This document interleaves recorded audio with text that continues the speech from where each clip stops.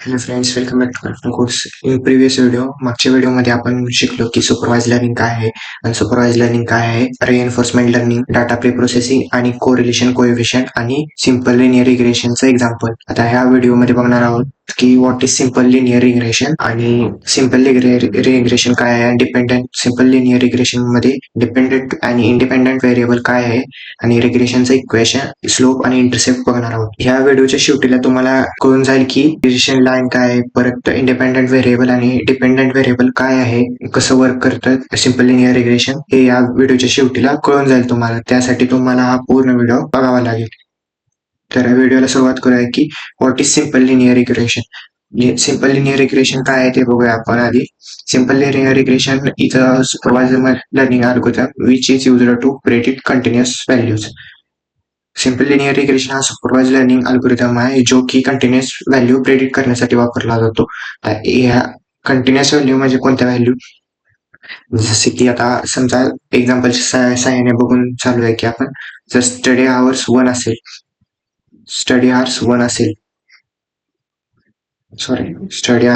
असेल आणि एका तासाला जर स्टुडंट जर 35 मार्कचा स्टडी करत असेल तर त्याला एक तास स्टडी करून 35 मार्क पडत असेल तर 2 तास अभ्यास करून त्याला किती मिळतील हे आपण प्रेडिक्ट करणं, म्हणजे हेच सिंपल लिनियर रिग्रेशनचं काम आहे, प्रेडिक्ट करणं.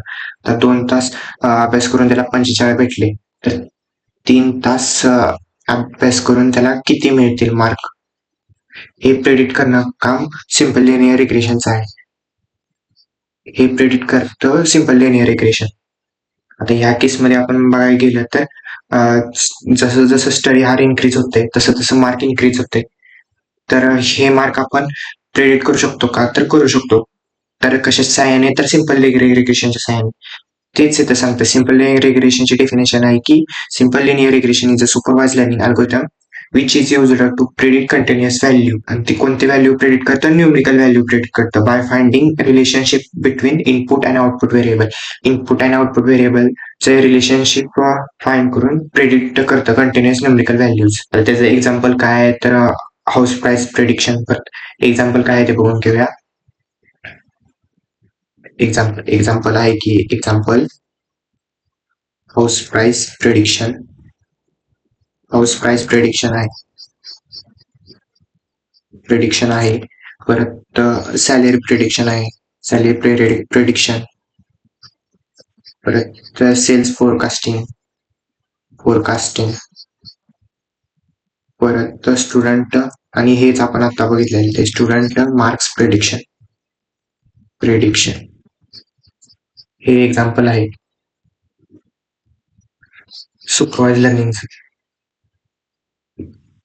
हे एक्झाम्पल आहे. एक्झाम्पल आपण बघितले तर आपण हाऊस प्राइस प्रेडिक्शन, परत सॅलरी प्रेडिक्शन, परत सेल्स फोरकास्टिंग, परत स्टुडंट मार्क प्रेडिक्शन.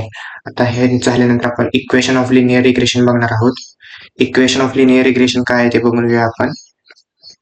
तर लिनियर रिग्रेशनचं इक्वेशन हे आहे y is equal to mx plus C. y is equal to mx plus C हे लिनियर रिग्रेशनचं इक्वेशन आहे. हे इक्वेशन कसं वर्क करतं ते बघूया.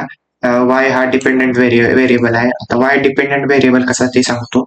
आता y ची व्हॅल्यू सेट केल्यानंतर निघते, हे जर पूर्ण कॅल्क्युलेशन परफॉर्म केल्यानंतर y ची व्हॅल्यू निघते. त्यामुळे y हा डिपेंडंट व्हेरिएबल आहे. x हा इंडिपेंडंट व्हेरिएबल आहे. इंडिपेंडंट म्हणजे x ची व्हॅल्यू रॅन्डम कोणती पण असू शकते. त्यामुळे x हा इंडिपेंडंट व्हेरिएबल आहे. परत m slope of line m आहे. आणि परत c हा इंटरसेप्ट आहे.